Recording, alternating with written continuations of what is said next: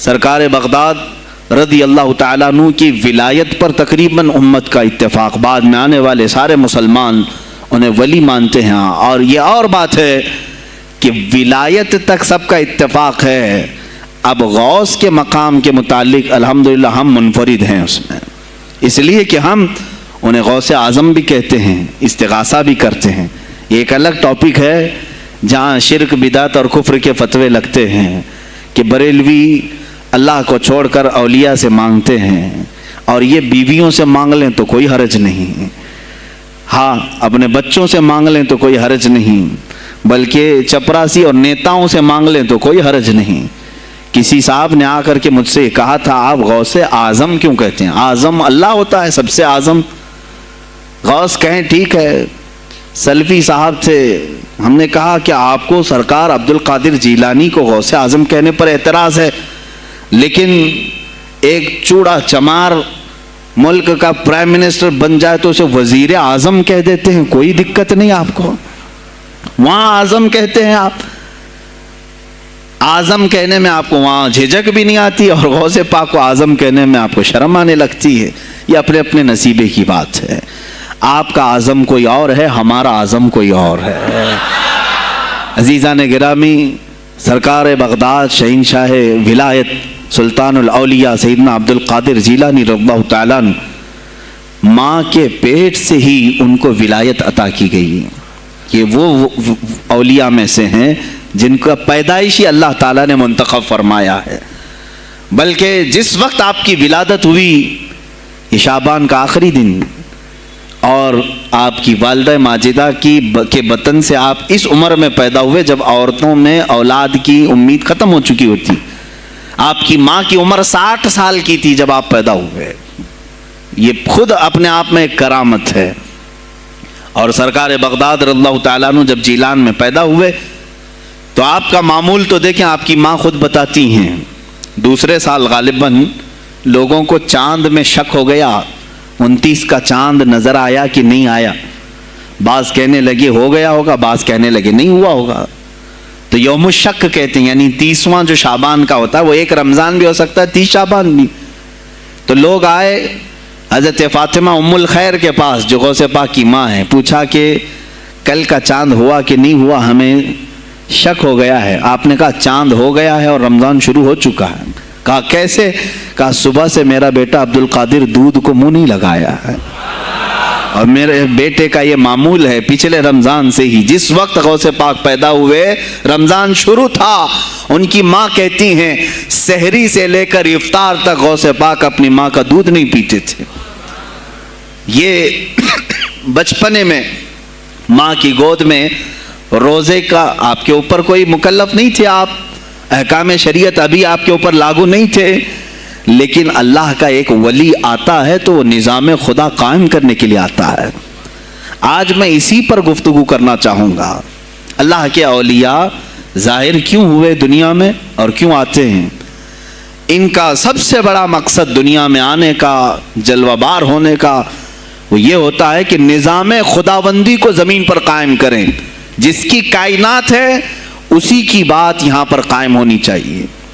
اب یہ باتیں وقت کے ساتھ گزرتی جاتی ہیں اور لوگ بھول جاتے ہیں. آپ سب کو پھر میں یاد دلا دوں، میرے عزیز، میں نے بھی اور آپ نے بھی اللہ سے ایک وعدہ کیا ہے. ہماری روحوں نے اللہ سے وعدہ کیا ہے. جب اللہ تعالیٰ نے ہمیں پیدا بھی نہیں کیا تھا، اس وقت ہماری روحوں کو بلا کر اس نے ایک وعدہ لیا، الست بربکم، کیا میں تمہارا رب نہیں ہوں؟ میں تمہارا مالک اور خالق نہیں ہوں؟ تو سب کی روحوں نے کہا تھا قالوا بلا وربنا، کیوں نہیں مولا، تو ہی تو ہمارا رب ہے. رب تعالیٰ نے فرمایا کیا تم اسی وعدے پر برقرار رہو گے دنیا میں جانے کے بعد؟ سب نے کہا تھا ہم وعدہ کرتے ہیں مولا، اسی پر باقی رہیں گے.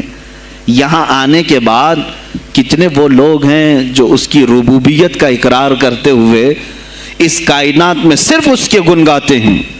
کفار و مشرکین تو وعدہ خلاف ہیں، توڑ دیے، انہوں نے اللہ کے علاوہ کسی اور کو خدا بنا لیا. لیکن تم نے اللہ اکبر تو کہا، زبان سے تو تم نے تسلیم کیا، لیکن تمہارا رہن سہن یہ بتاتا ہے کہ تمہارا مالک کوئی اور ہے، کسی اور کو راضی کرنے میں لگے ہوئے ہو. کسی اور کی دریوزہ گیری کر رہے ہو، کسی اور کی خوشامدی میں کھڑے ہوئے ہو، درباروں کے آستانوں کے دروازوں پر تمہارا کھڑا ہونا گھنٹوں پر کسی کو راضی کرنے کے لیے، یہ تمہارا عمل بتاتا ہے کہ تم نے رب اعلیٰ کو اکبر نہیں سمجھا۔ وعدہ تو تمہاری روحوں نے کیا تھا کہ تیرے سوا کسی کو ہم حاکم نہیں تسلیم کریں گے، حاکم اعلیٰ صرف اللہ ہے۔ اولیاء کاملین یہی بات یاد دلانے کے لیے آتے ہیں، پھر تمہیں یہ یاد دلانے کے لیے آتے ہیں، اور جس شان سے وہ دنیا میں آتے ہیں بچپن سے ہی ان کے حالات ایسے ہوتے ہیں کہ شریعت طاہرہ کی پابندی ان کے ہر قول و عمل میں نظر آتی ہے، ہر قول و عمل میں۔ اس لیے کہ ہم جس کی زمین پر ہیں اور جس کی آسمان کے نیچے ہیں، بات ہوگی تو صرف اسی کی ہوگی، بات ہوگی تو صرف اسی کی ہوگی۔ مجھے ایک بات یاد آتی ہے، سرکار مفتی اعظم ہند رحمۃ اللہ تعالی علیہ، آپ کے سامنے کوئی صاحب تقریر کر رہے تھے، یہ زمین سب کی ہے، ان کی بھی ہے، ان کی بھی ہے، ان کی بھی ہے۔ آپ نے کہا چپ رہو، زمین اللہ کی ہے اور صرف اللہ کا نام ہو۔ یہ سب کی ہمت نہیں بولنے کی، زمین اللہ کی ہے اور اللہ ہی کا، یہاں پر اللہ ہی کی بولی بولی جائے، اسی کے لیے زیب دیتا ہے۔ جس کے گھر میں رہ رہے ہو اسی کی بات کرو۔ عزیزان گرامی وقار، سرکار بغداد، ان کی کرامات اپنی جگہ پر، لیکن ان کی زندگی کے کچھ اہم گوشے میں لے کر آج حاضر ہوں۔ آج ہمارے حالات کے اعتبار سے بھی ضرورت ہے اس کی۔ جب آپ پروان چڑھتے رہے اپنی ماں کی گود میں، بہت جلدی آپ کے والد گرامی کا انتقال ہو گیا۔ آپ سے خود پوچھا گیا تھا غوث پاک سے، آپ کی جوانی میں یا جب آپ کا شہرہ بغداد میں بہت ہو گیا تب پوچھا گیا تھا، آپ کو اپنے ولی ہونے کا احساس کب ہوا؟ غوث پاک سے ہی پوچھا گیا تھا، آپ کو کب پتہ چلا اللہ نے آپ کو ولایت کا یہ مقام عطا کیا؟ آپ فرماتے ہیں جب میں 10 سال کا تھا، مدرسے جاتا تھا تو غیب سے ایک آواز آتی تھی، افصحوا فی المجالس لولی اللہ۔ غیب سے آواز آتی تھی، اے لوگوں مجلس میں جگہ چھوڑ دو، اللہ کا ولی آ رہا ہے۔ یہ آواز صرف میں نہیں، میرے استاد بھی سنتے، وہاں بیٹھے شاگرد بھی سنتے، اور سب کھڑے ہوتے تھے، جگہ دیتے تھے۔ غوث پاک فرماتے ہیں جب ہر بار مجھے یہ آواز آنے لگی تب مجھے احساس ہوا کہ اللہ تعالیٰ نے مجھے ولایت کا تاج پہنایا ہے۔ پھر آپ کو لہو و لعب میں، کھیل کود میں نہیں رکھا گیا۔ فرماتے ہیں ایک بار میں صرف ایک گائے کی پونچھ پکڑنے کی کوشش کر رہا تھا، گائے پلٹ گئی، فصیح عربی میں کہنے لگی الہذا خلقت ام بہذا امرت یا عبد القادر، اے عبد القادر کیا تجھے اسی کام کے لیے پیدا کیا گیا یا تجھے اللہ نے اس کام کا حکم دیا کہ میری پونچھ پکڑے؟ غوث پاک فرماتے ہیں میں چونک گیا کہ یہ ایک جانور مجھ سے عربی میں بات کر رہا ہے۔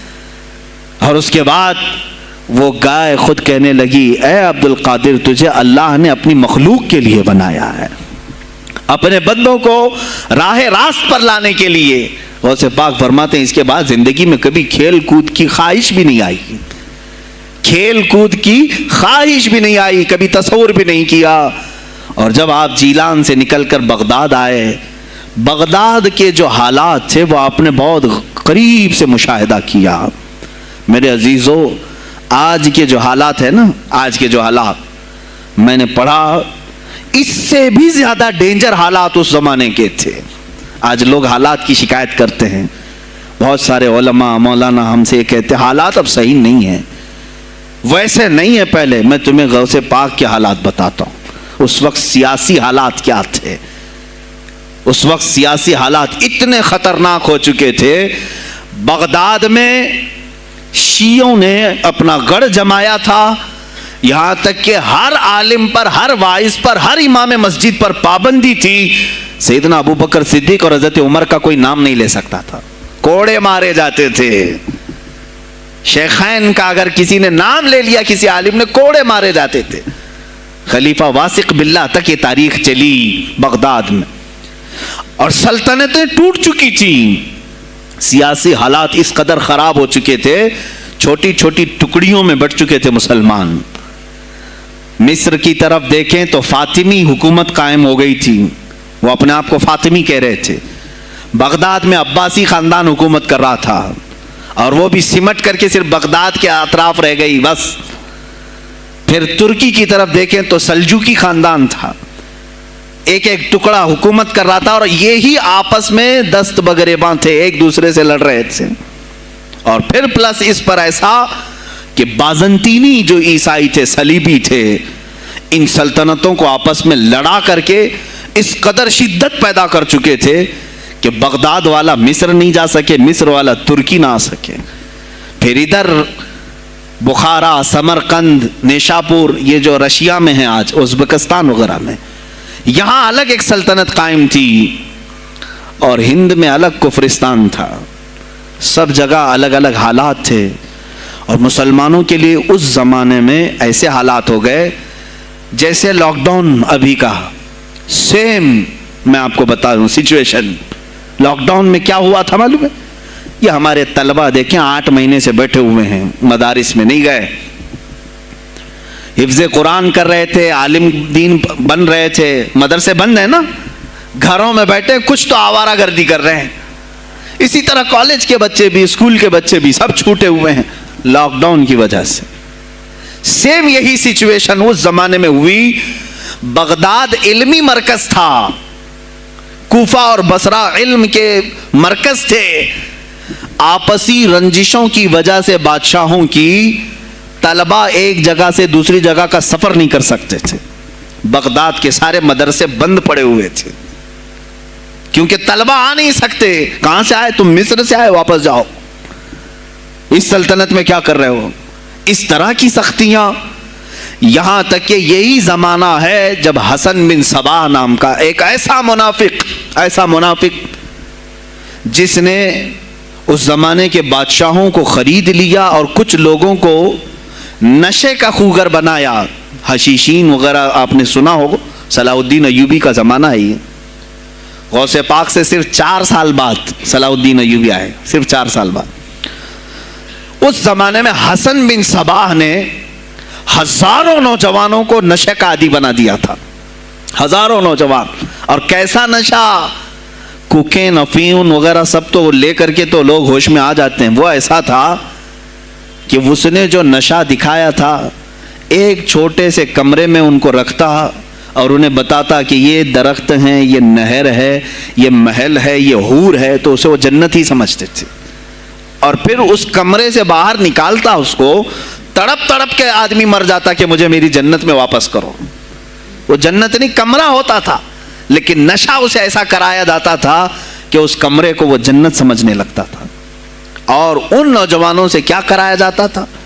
ان کو نشے کا عادی بنا کر کے باہر نکالا جاتا, انہیں ٹارگیٹ دیا جاتا, فلاں مجلس میں جاؤ, فلاں خلیفہ کو قتل کرو, فلاں وزیر کو مارو, فلاں سپاہیوں کو مارو, فلاں عالم دین کا قتل کرو. اور وہ اپنا ٹارگیٹ پورا کر کے آتے اس لیے کہ انہیں نشہ چاہیے تھا. وہ 1 دن 2 دن سے زیادہ اس نشے کے بغیر رہ نہیں پاتے ہیں. وہ اپنا ٹارگیٹ کرنے کے لیے اپنی جان بھی جوخم میں ڈالتے ہیں. اس طرح کے کئی حملے خلفاء پر کرائے حسن بن صباح نے. اور جانتے ہیں, میں نے آج تاریخ دیکھی, حسن بن صباح نے علماء اہل سنت کو اس زمانے کے 40,000 علماء کو قتل کرایا. یہ وہ زمانہ تھا جب بغداد کا حال یہ تھا کہ نشہ زیادہ ہو چکا تھا, علم دین کے مراکز بند ہو رہے تھے, اور علماء بولنے میں ہچکچا رہے تھے, ڈر رہے تھے, اور سلطنتیں آپس میں ایک دوسرے سے ٹکرا رہی تھیں. جو خلیفہ بیٹھتا وہ نہایت عیاش قسم کا خلیفہ آتا تھا. اکثر خلیفہ عیاش آئے, ان کے حریم میں, ان کے حرم خانے میں, یعنی ان کے محل میں 40 عورتیں ہوا کرتی تھیں جن کے ساتھ وہ وطی کرتے, جمع کرتے. جبکہ وہ مسلمان خلیفہ, ایک بادشاہ کے لیے چاہے کوئی بھی ہو 4 سے زیادہ کی اجازت ہے, 40 کنیزاؤں کے ساتھ وہ زندگی گزار رہے ہوتے. اس میں عیسائی بھی ہوتی, یہودی بھی ہوتی, سب قسم کی ہوتی. یہ خلفاء کا حال تھا. تم کیا کہہ رہے ہو ہمارے زمانے کو؟ ارے حالات برے ہیں, حالات برے ہیں. ابھی اور میں بتاؤں کتنے برے حالات اس زمانے میں تھے. علماء کو کوڑے مارے جاتے تھے اگر بولے. ارے شیخین کا نام لینے پر پابندی بغداد میں لگ گئی ہو, اس سے بڑا اور ظلم کیا ہو سکتا ہے؟ سیدنا ابو بکر صدیق حضرت عمر کا نام لینے پر کوڑے مارنے لگائے جاتے. ایسے حالات میں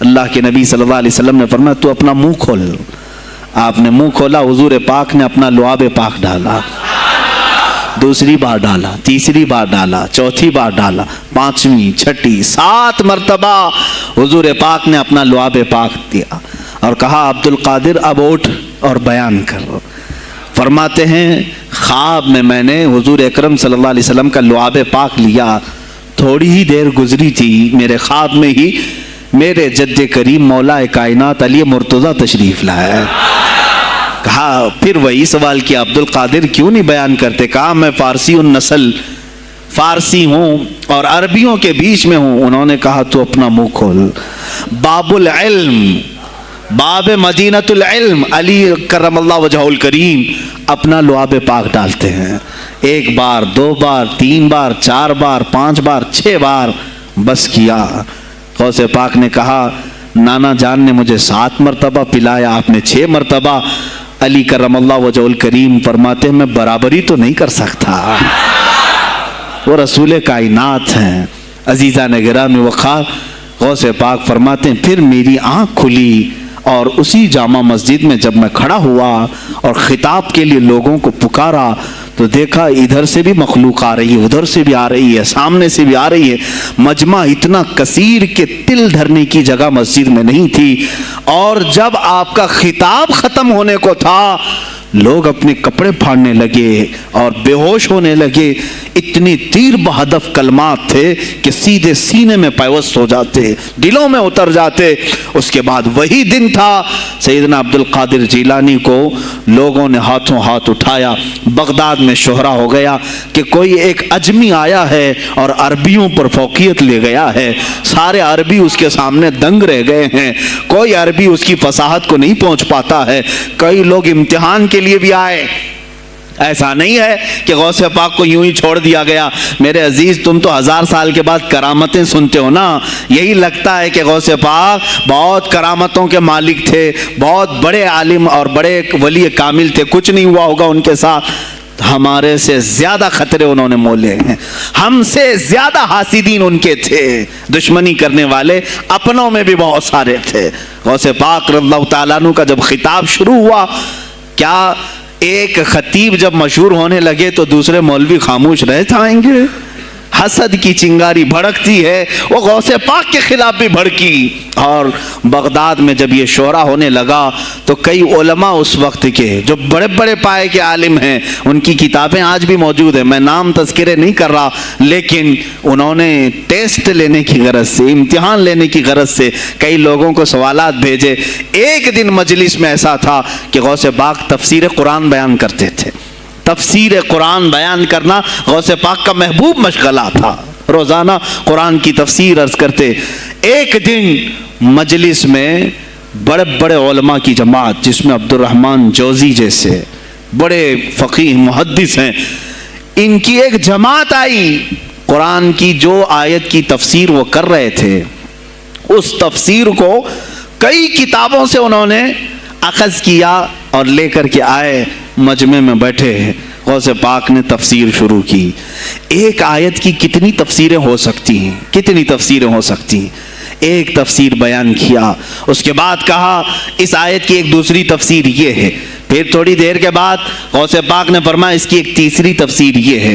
پھر کہا اس کی ایک چوتھی تفسیر یہ ہے. پھر کہا اس کی ایک 5ویں تفسیر یہ ہے. بیان کرتے جا رہے ہیں یہاں تک کہ 13 تفسیریں ہو گئیں. جو بیٹھے ہوئے تھے وہ آشش کرنے لگے. اس کے بعد اتنا ہی نہیں, آگے بڑھتے گئے. 40 تفسیریں ایک آیت کی آپ نے بیان کی. جو آئے تھے وہ کھڑے ہو گئے اور اس کے بعد غوث پاک رضی اللہ تعالیٰ عنہ کو دیکھنے لگے. غوث پاک نے ان کو مخاطب کر کے کہا اے گروہ علماء, اے جماعت علماء, تم 13 تفسیریں یاد کر کے آئے تھے ایک آیت کی, کیا وہ میں نے شروع سے 13 تک صحیح بیان کیا؟ سب اپنے جبے اٹھانے لگے. کہا ہم تو یہ 13 تفسیریں پڑھ کر آئے تھے یہ سوچ کر کے کہ شیخ عبد القادر جیلانی کو 2-3 سے زیادہ تفسیریں نہیں آتی ہوں گی. 13 کے بعد آپ تو 40 تک پہنچے, وہاں تو ہمارا بھی علم نہیں پہنچا. جماعت علماء دنگ رہ گئے اور اس کے بعد توبہ بھی کیا، کہا ہمارے دلوں میں بدگمانی آ گئی تھی، ہم توبہ کرتے ہیں۔ غوث پاک رضی اللہ تعالیٰ عنہ ایک اور مجمع ایسا ہے کہ اس میں 40 کے قریب علماء ہے، سوالات الگ لے کر کے پھنسائیں گے کسی طرح سے ان کو، ڈیفیکلٹ سوالات لے کر کے۔ ایک بات یاد رکھنا، مشکات شریف کی حدیث ہے، جس نے علم اس لیے حاصل کیا کہ کسی عالم کو نیچا دکھا دوں، اسے پھنسا دوں سوال کر کے، حضور فرماتے ہیں قیامت کے دن اسے آگ کی بیڑیاں پہنائی جائیں گے، اس کی زبان کو آگ کی کینچی سے کھینچا جائے گا۔ اس لیے علم حاصل مت کرو، کسی کو نیچا دکھانا، کسی کو بیوقوف بنانا۔ ایک کتاب کہیں سے پڑھ کر کے آئے، مولانا کے پیچھے پڑ گئے، یہ بتاؤ صحیح ہے کہ نہیں ہے۔ پھر اگر اس مولانا صاحب کے دماغ میں اس وقت وہ مسئلہ نہیں تھا، انہوں نے کہا نہیں معلوم، تو آپ کو لگا کہ ہاں میرے سے زیادہ تو ان کو بھی نہیں معلوم، تم نے تو ایک ہی چیز حل کر کے ان کے سامنے پیش کی ہے۔ عزیزان گرامی، اس طرح کی چیزیں ہرگز نہ کریں، یہ بہت بڑا گناہ ہے مغالطے میں ڈالنا۔ غوث پاک رضی اللہ تعالیٰ عنہ ایک جماعت سے خطاب کر رہے ہیں، 40 علماء ہے، الگ سوالات نوٹ کر کے، میں یہ پوچھوں گا، تم یہ پوچھنا، تم یہ پوچھنا۔ غوث پاک رضی اللہ تعالیٰ عنہ نے اپنا خطاب کیا اور سوالات کے لیے اس دن محفل کا وقت ہی نہیں دیا، کہا آج سوالات کوئی نہیں کرے گا۔ وہ لوگ تو سوالات لے کر کے آئے تھے، سب مجمع میں خطاب کے بعد جس کو جو پوچھنا ہے آپ کہتے ہیں کہ پوچھ لو، اس دن کا کوئی نہیں پوچھے گا، آؤ صرف مصافحہ کر کے جاؤ، آؤ صرف مصافحہ کر کے جاؤ۔ تو یہ جو علماء کی جماعت تھی، ان کو بلایا، ایک آتے ان کو سینے سے سینہ لگاتے اور کہتے تیرا یہ سوال تھا، اس کا یہ جواب ہے۔ دوسرا آتا اس سے کہتے تو یہ گھر سے سوچ کے آیا تھا، تیرا سوال یہ ہے، اس کا جواب یہ ہے۔ اس طرح 40 سے مصافحہ کیا، معانقہ کیا، ان کے سوالات کے پوچھنے سے پہلے جوابات بھی دے دیے، اور اس کے بعد کہا کیا ہے گروہ علماء، تم سوال کرتے اور میں جواب دیتا تو عبد القادر کی کیا اس میں خصوصیت تھی؟ تم سوال بھی نہ کرو، میں جواب دوں، تب پتا چلے گا کہ میں بندہ قادر ہوں، میں قادر کا بندہ ہوں۔ تم نے سوال بھی نہیں کیا اور میں جواب دوں تو تمہیں احساس ہوگا کہ میں قادر کا بندہ ہوں۔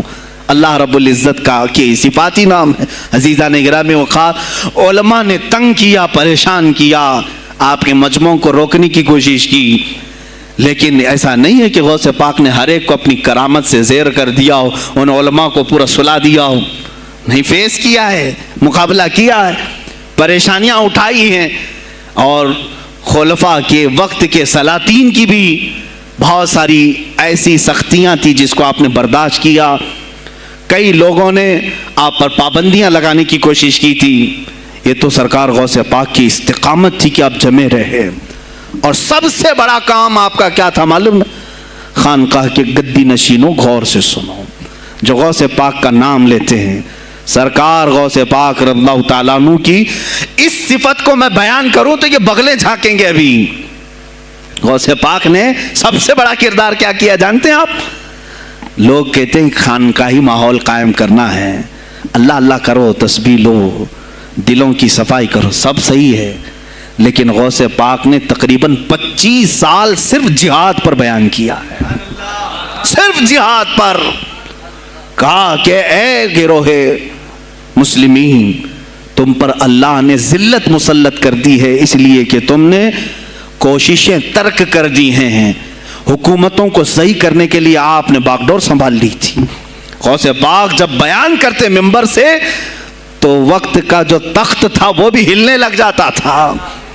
خلیفہ مستنجد باللہ، اس زمانے کا خلیفہ ہے، اور تنگ آ گیا غوث پاک کے پاس جب وہ بیان کرتے اور ان کی عیاشیاں کھول کھول کر کے ذکر کرتے تو لوگوں میں اب احساس جاگنے لگا، کوئی تو اللہ والا آیا ہے جو نظام خداوندی قائم کرنے کی بات کر رہا ہے، نظام مصطفیٰ قائم کرنے کی بات کر رہا ہے۔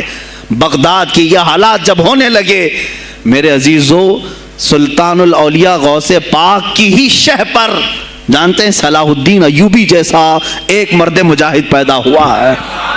یہ آپ کی تحریک تھی، غوث پاک کی تحریک تھی، کہ جب بازنطینی عیسائیوں سے آپ نے اپنی پوری امت کو آگاہ کیا کہ تم سو رہے ہو، تم اپنی عیاشیوں میں ہو، تم اپنے نشے میں ہو،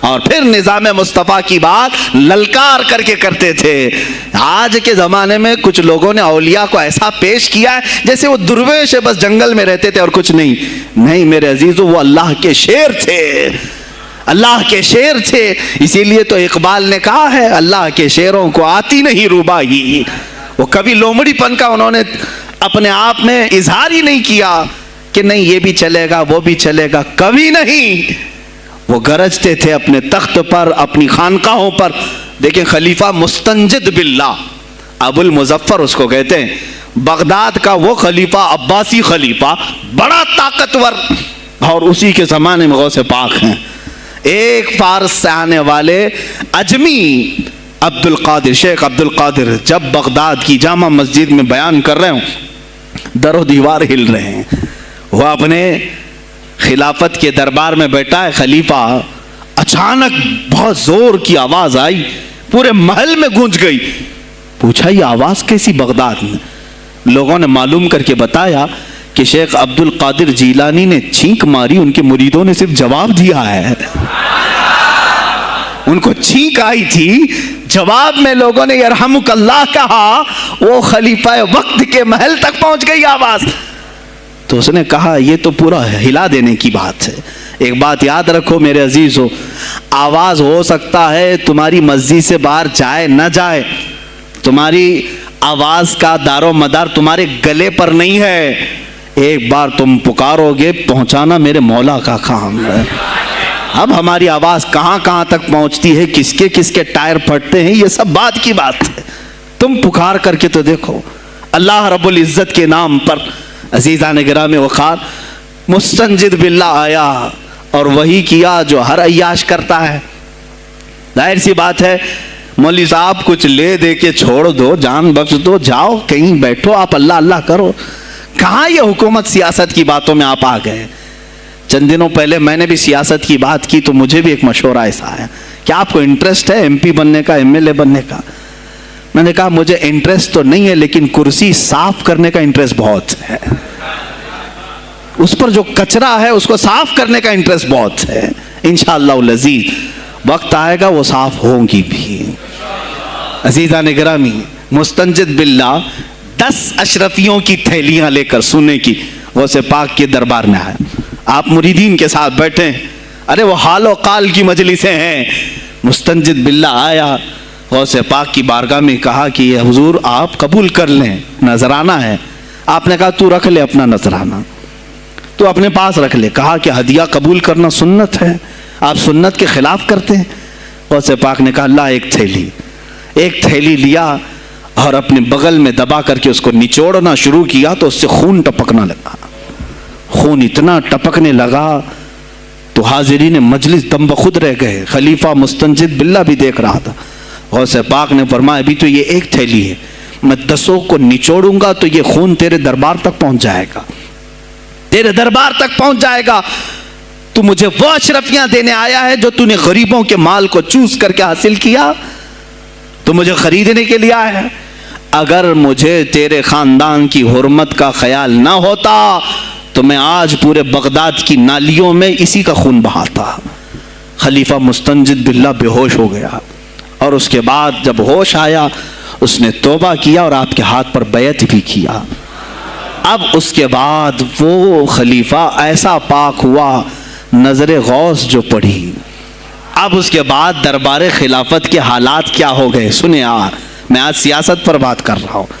اب خلیفہ مستنجد باللہ کا دل جب صاف ہوا، 8 دن کے بعد وہ حاضر آیا، کہا سلطان الاولیاء اے شیخ عبد القادر جیلانی، آپ حکم فرمائیں کہاں کس طرح کا گورنر رکھنا چاہیے، گورنر کس طرح کا ہونا چاہیے آپ دیں۔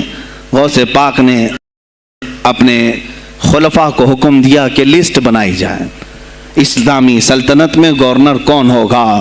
لسٹ بنی، کہا وہ ہوگا جس کی تہجد قضا نہیں ہوتی، وہ گورنری پر آئے گا جو سنت رسول کو ہلکا نہیں سمجھتا ہوگا، وہ گورنری پر آئے گا جس کی نمازیں کوئی قضا باقی نہ رہی ہوں، اس لیے کہ جو اللہ کا قرضہ باقی رکھے گا وہ لوگوں کا بھی مال کھا جائے گا۔ آپ نے لکھایا نام، خلیفہ مستنجد باللہ نے آپ کے اشارے پر گورنر پورے تبدیل کر دیے۔ ہر جگہ پر ایسے لوگوں کو رکھا جو سرکار غوث پاک کے یا تو مرید تھے یا خلیفہ تھے یا شاگرد تھے، اور ان کے دلوں میں اللہ کا خوف تھا، اور وہ پورے بغداد اور آس پاس کی سلطنتوں کو سنبھالے ہوئے تھے۔ ایک وقت ایسا آیا کہ وہی چند سال پہلے جو بغداد نشے میں ڈوبا ہوا تھا، 10 سالوں کے بعد لوگ کہنے لگے کہ آج بغداد ایسا لگ رہا ہے جیسے عمر بن خطاب کا زمانہ آ گیا ہو، عمر بن خطاب کا زمانہ آیا ہو۔ تم نے تو غوث پاک کی 11ویں کھائی ہے نا، اصلاح حکومت ان سے نہیں سیکھا، وہ آئے تھے نظام تبدیل کرنے کے لیے۔ آج میں علماء سے بھی یہی کہوں گا، تم حق بات تو پہنچاؤ قوم تک۔ آج حالات ایسے ہیں میرے عزیزوں، ڈر اور خوف ان کے سینوں پر طاری ہوا۔ کس بات سے ڈرتے ہو؟ کیا تم نے اللہ کی ذات پر ایمان نہیں لائے؟ یہ نہیں کہتے ہو موت و حیات اللہ کے ہاتھ ہے، رزق اللہ کے ہاتھ ہے، پھر ڈرتے حکومت وقت سے کیوں؟ مجھے ابھی چند دنوں پہلے ایک میسج یہ بھی آیا تھا کہ حضرت آپ تو پاکستان کے علامہ خادم حسین کی تعزیت پر بیان کر رہے ہو، آپ دیکھ نہیں رہے یہاں کا ماحول کیسا ہے؟ عزیزان گرامی، اس دن مجھے افسوس اس بات پر ہوا، سوال پر، ہائے افسوس، اس قدر تمہارے ضمیر مردہ ہو گئے، اس قدر تم بزدل ہو گئے، لاکھوں لوگوں کے دلوں میں شمع عشق مصطفیٰ جگانے والے پر تمہاری زبان بند ہے، تمہاری زبان بند ہے۔ میں نے صرف ایک جملہ کہا، کوئی فرق نہیں پڑتا، میں اس ملک میں رہ رہا ہوں جہاں کا پرائم منسٹر ایک سور خبیث فرانس کے صدر کے لیے ٹویٹ کر سکتا ہے، تو میں پڑوسی ملک کی کسی عاشق رسول کی تعزیت کیوں نہیں کر سکتا؟ کیوں نہیں تعزیت کر سکتا؟ اگر ہندوستان کی تخت پر بیٹھنے والے کو فرانس کے صدر سے کوئی دلی عشق ہے، محبت ہے، تم اس کی معشوقہ ہو یا محبوبہ ہو، مجھے فرق نہیں پڑتا، لیکن اتنا ضرور ہے عاشق رسول مشرق میں ہو، شمال میں ہو، جنوب میں ہو، مغرب میں ہو، جب اس کی روح جائے گی تو ہماری بھی روح تڑپے گی۔ ہماری ڈور بندھی ہوئی ہے مدینۃ الرسول سے۔ میرے آقا صلی اللہ علیہ وسلم کی جو بات کرے گا وہ پھر کسی بھی ملک کا باشندہ ہو۔ تم کہتے ہو تعزیت کے لیے، ارے میرے عزیز، اگر میں سامنے ہوتا تو اس کے قدموں کی خاک میں اپنے امامے پر رکھتا۔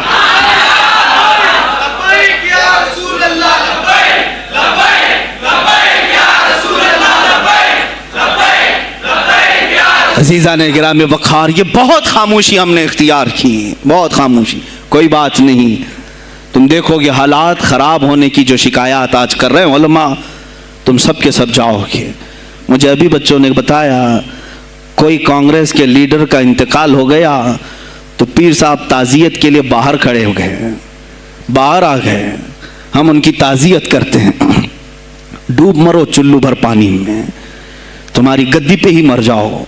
تمہاری زبانوں پر جب عاشق رسول کے لیے تعزیت کے الفاظ آنے میں ہچکچاہٹ آتی ہے، کون سا عشق رسول، کون سا کلمہ تم نے پڑھا ہے؟ غوث پاک کی اگر تمہارے اندر ذرا برابر بھی نسبت ہے تو میں کہوں گا میرے عزیزو، سلطان الاولیاء غوث پاک عاشق رسول ہی نہیں، فنا فی الرسول تھے۔ میرے نبی کی بات پر اگر کوئی انگلی بھی اٹھاتا، آپ یا تو اپنی کرامت سے اس کا منہ توڑ جواب دے دیتے۔ کسی عیسائی نے صرف یہ کہا تھا میرے نبی عیسیٰ افضل ہے، وہ مردوں کو زندہ کرتے تھے، آپ کو جلال آیا، کہا محمد افضل نہیں ہے اس لیے کہ وہ مردے زندہ نہیں کرتے تھے، آپ اس کا ہاتھ پکڑ کر قبرستان لے گئے، میرے نبی پر بات کرتا ہے، میں تجھے زندہ کر کے دکھاتا ہوں۔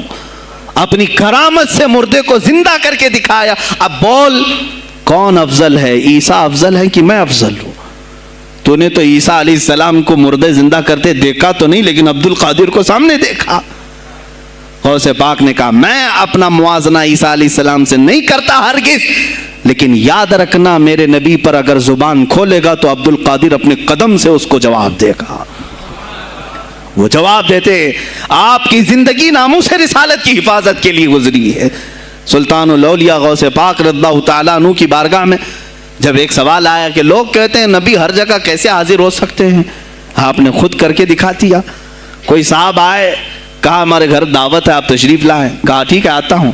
تھوڑی دیر بعد دوسرے آئے، کہا ہمارے گھر دعوت ہے آپ آئیں،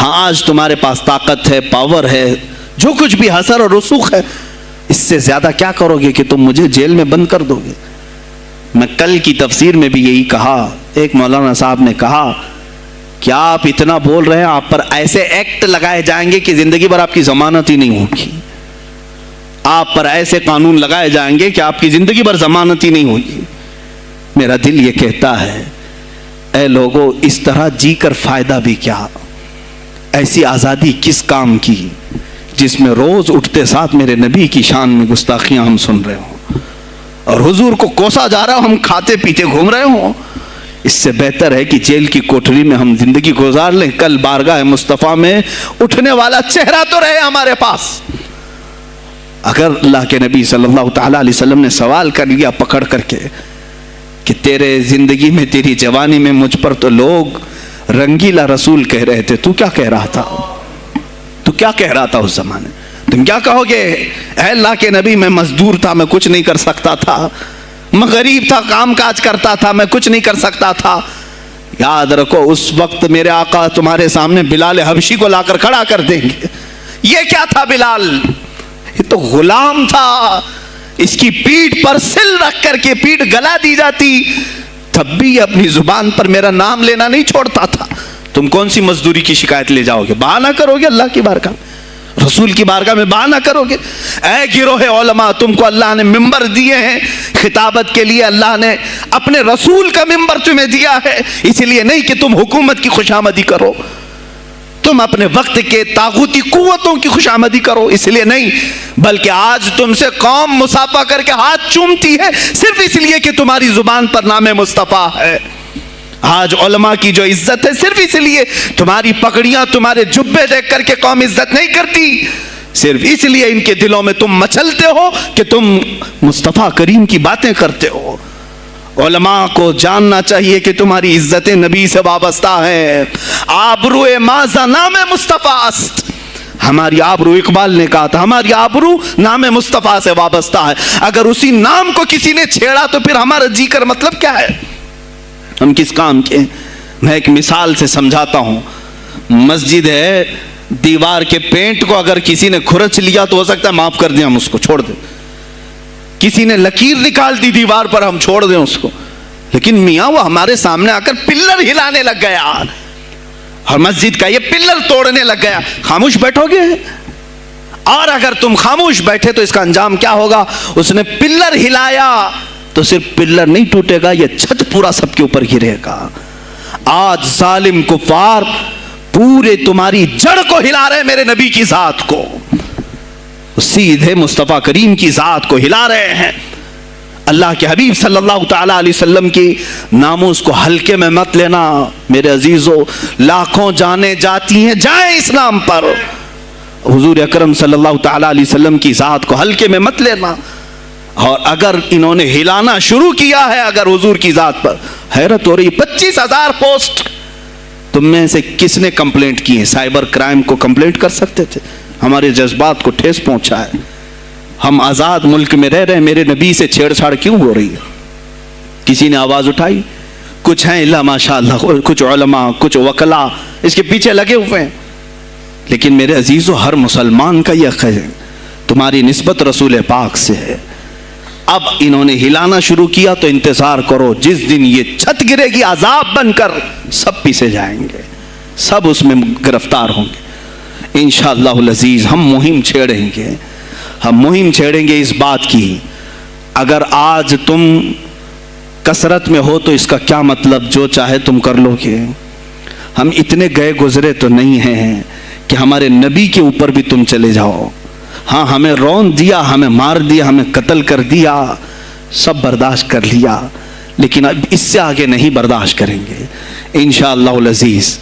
میں آواز دیتا ہوں اسی منبر سے، اے گروہ علماء، اے جماعت صوفیہ، اے خانقاہ کے گدی نشینوں، باہر آؤ، آؤ حکومت وقت سے ایک مطالبہ یہ کرو، اے حکومت وقت کے تخت پر بیٹھنے والوں، ہمارے ہند میں پارلیمنٹ میں بھی ایسا قانون پاس کرو کہ کوئی میرے نبی کی ذات پر بھونکے تو اسے موت کی سزا ہو جائے۔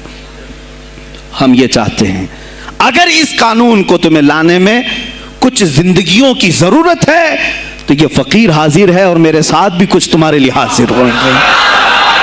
لے لو ہماری جانیں اور ایک قانون ایسا بنا دو تاکہ قیامت تک پھر یہاں پر کوئی نہ بھونکے میرے نبی کی ذات پر.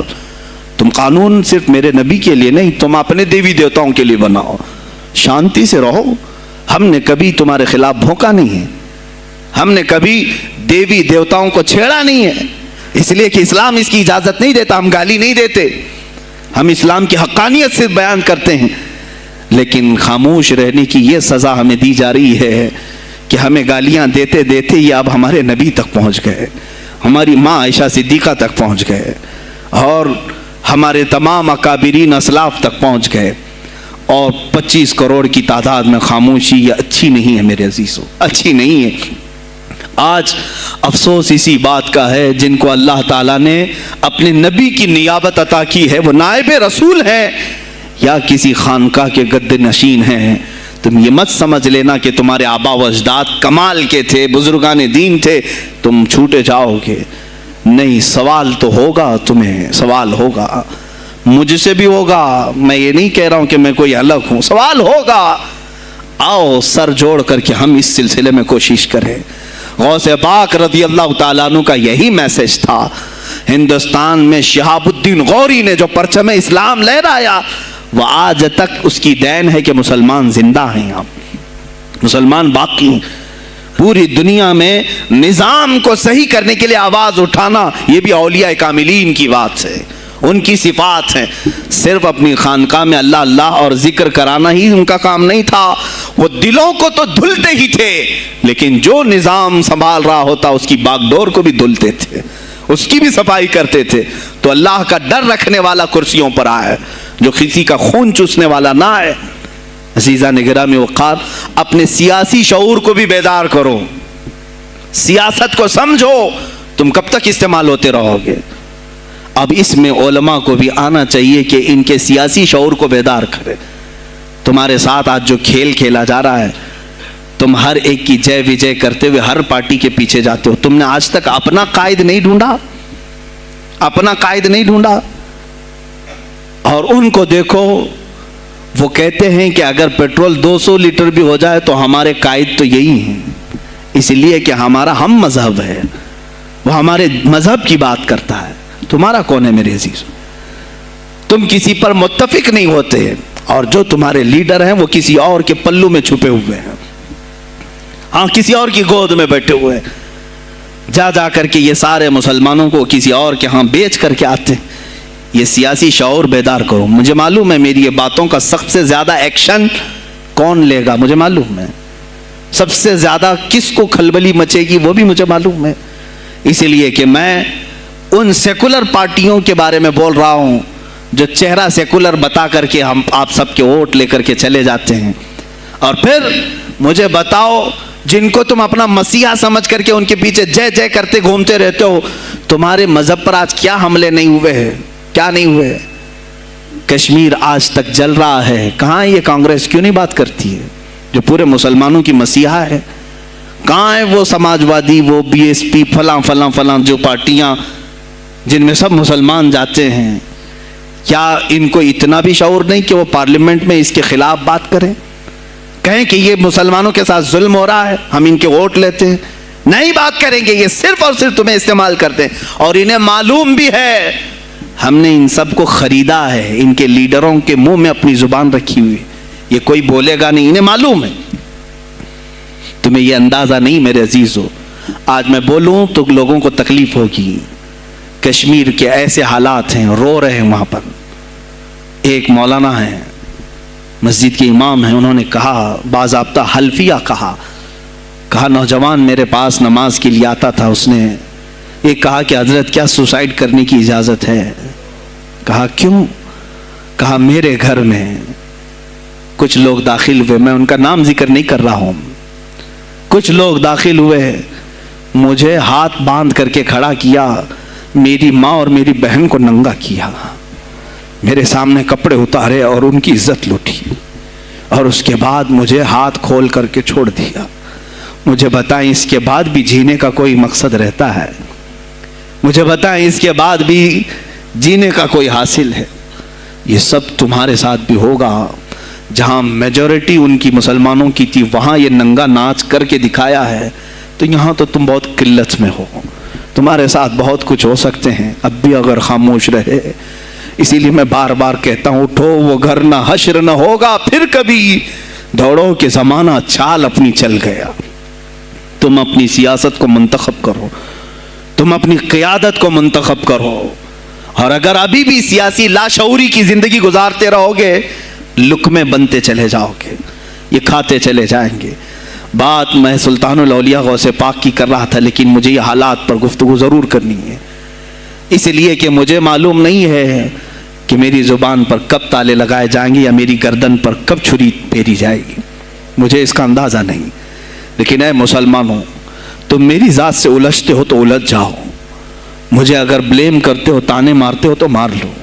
چند دنوں کی بات ہے, جب تک میری سانسیں چل رہی ہیں تب تک مجھے گالیاں دو گے, لیکن جس دن میں بھی دنیا سے جاؤں گا اس دن تم ہماری باتیں یاد رکھو گے, اس دن یاد کرو گے. مجھے اپنے بچوں کو یہی بتانا ہے کہ اب وہ دور آیا ہے جہاں ممبروں سے بھی بولنے میں اب گھبراہٹ ہے. لوگ اپنے خوف کے مارے ایسے ہیں کہ اپنی روزی روٹی کے چکر میں میرے مصطفیٰ کی گالیاں سننا برداشت کر رہے ہیں. دیتا ہے دینے دو نا, ہمارا کیا بگڑتا ہے. اس پوزیشن میں تم آئے ہو آج, تمہارا امام جب اتنا بزدل ہے تو تمہارے دلوں میں کون سا ایمان باقی رہ جائے گا. اس لیے شعور پیدا کرو. اگر اولیاء کی نسبت تمہارے دل میں ذرا برابر بھی باقی ہے تو اٹھو میرے عزیزو. آپ قیامت کے دن جواب دہ ہوں گے میرے نبی صلی اللہ تعالیٰ علیہ وسلم کی عظمت پر. آج جو حملے ہو رہے ہیں یہ ہماری زندگی کا سب سے بڑا ایشو ہے. آج مطالبے کرو, مانگو تو کس چیز کو مانگو؟ بس یہ ہے کہ میری نبی کی عزت سلامت رہے, مجھے دنیا میں اور کچھ نہیں چاہیے. اتنا مطالبہ تو کر سکتے ہو, اتنا مطالبہ کرو, اور پھر دیکھو میرے مصطفیٰ کی طرف سے انعام کیا ملے گا, اللہ کی طرف سے انعام کیا ملے گا. ارے وہ مرد قلندر جو پاکستان میں ابھی شہید ہوا, کس بات کا اعلان کرتا تھا, کس کو پکارتا تھا, کس کو للکارتا تھا؟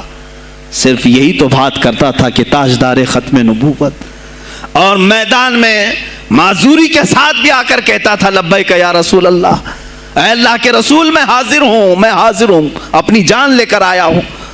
اور تم یاد رکھنا تمہاری ٹانگیں تو سلامت ہے, کل بروز قیامت ہو سکتا ہے تمہارا سامنا اس خادم حسین سے ہو, تمہاری ٹانگیں دیکھ کر کے پوچھی جائیں گی. معذور ہونے کے بعد جب کوئی میدان میں میرے نبی کی عظمت پر پہرا دینے کے لیے آ سکتا ہے تو تم نے اپنی ٹانگیں کس کام کے لیے رکھی تھی؟ میرے عزیزوں, میں نے جتنی طاقت مجھے اللہ نے دی میں بول رہا ہوں, اب اس کے بعد کا محاذ تمہیں سنبھالنا ہے, آگے کی ہماری فکروں کو تمہیں لے جانا ہے. شاید اس زمانے میں ہم جی رہے ہیں جہاں اتنی آزادی نہیں ہوگی. چھوٹی سی بات کو آج بہت بڑا بنا کر کے اسے ختم کیا جاتا ہے, لیکن مجھے اندازہ ہے اس بات کا, ہندوستان کی آزادی میں بھی میرے اکابرین میں 30,000 علماء نے اپنی جانیں دی ہیں. کشمیر سے لے کر دلی تک ہر درخت پر ایک عالم کی لاش لٹکی ہوئی تھی.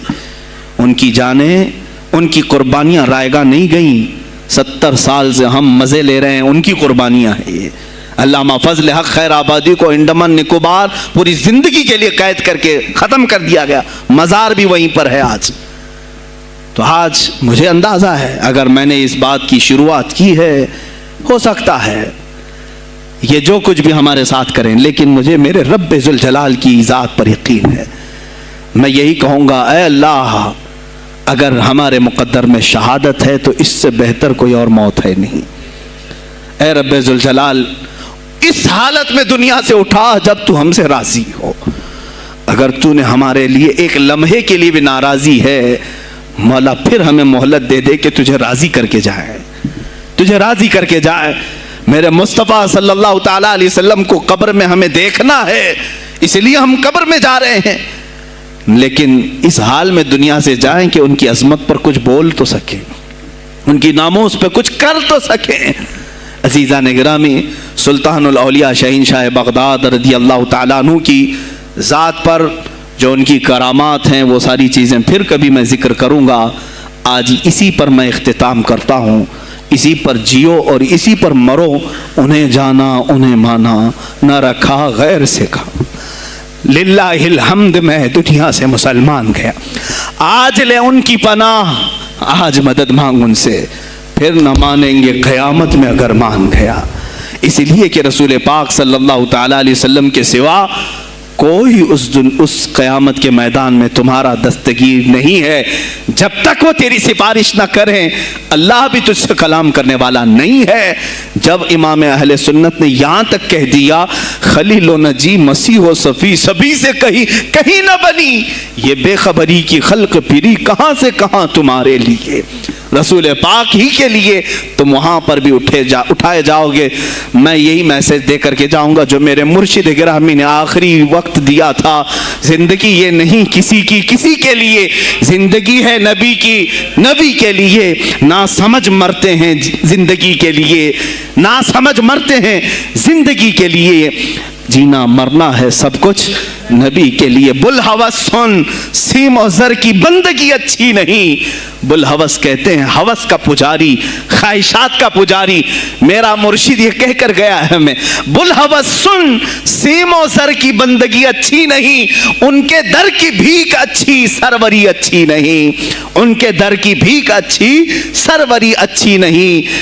اور کہتے ہیں جو پیا کو بھائے اختر وہ سہانا راگ ہے، جو پیا کو بھائے اختر وہ سہانا راگ ہے، جس سے ناخوش ہو پیا وہ راگنی اچھی نہیں، جو میرے نبی کو نہ پسند آئے وہ بات ہی اچھی نہیں، جو میرے نبی کو نہ پسند کام ہو وہ کام ہی اچھا نہیں، جس سے ناخوش ہو پیا وہ راگنی اچھی نہیں۔ وآخر دعوانا الحمدللہ رب العالمین۔ السلام علیکم۔